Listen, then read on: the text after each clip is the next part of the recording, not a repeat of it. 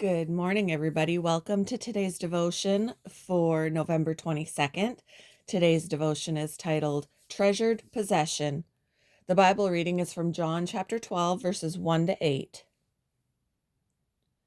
6 days before the Passover, Jesus came to Bethany, where Lazarus lived, whom Jesus had raised from the dead. Here, a dinner was given in Jesus' honor. Martha served while Lazarus was among those reclining at the table with him. Then Mary took out a pint of pure nard, an expensive perfume. She poured it on Jesus' feet and wiped his feet with her hair. And the house was filled with the fragrance of the perfume.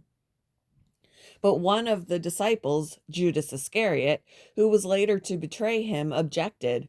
Why wasn't this perfume sold and the money given to the poor? It was worth a year's wages. He did not say this because he cared about the poor, but because he was a thief. As a keeper of the money bag, he used to help himself to what was put into it. Leave her alone, Jesus replied. It was intended that she should save this perfume for the day of my burial. You will always have the poor among you, but you will not always have me.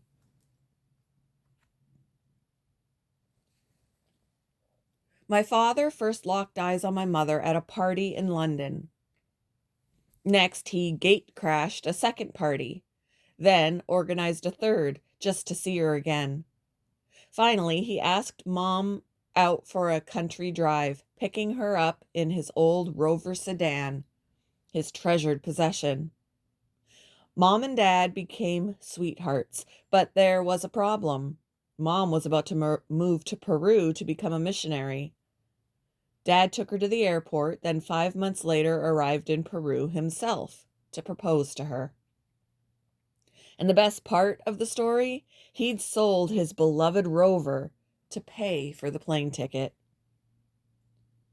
If you would have asked Mary, the sister of Martha and Lazarus, what her most treasured possession was, she'd have shown you a precious bottle of expensive perfume.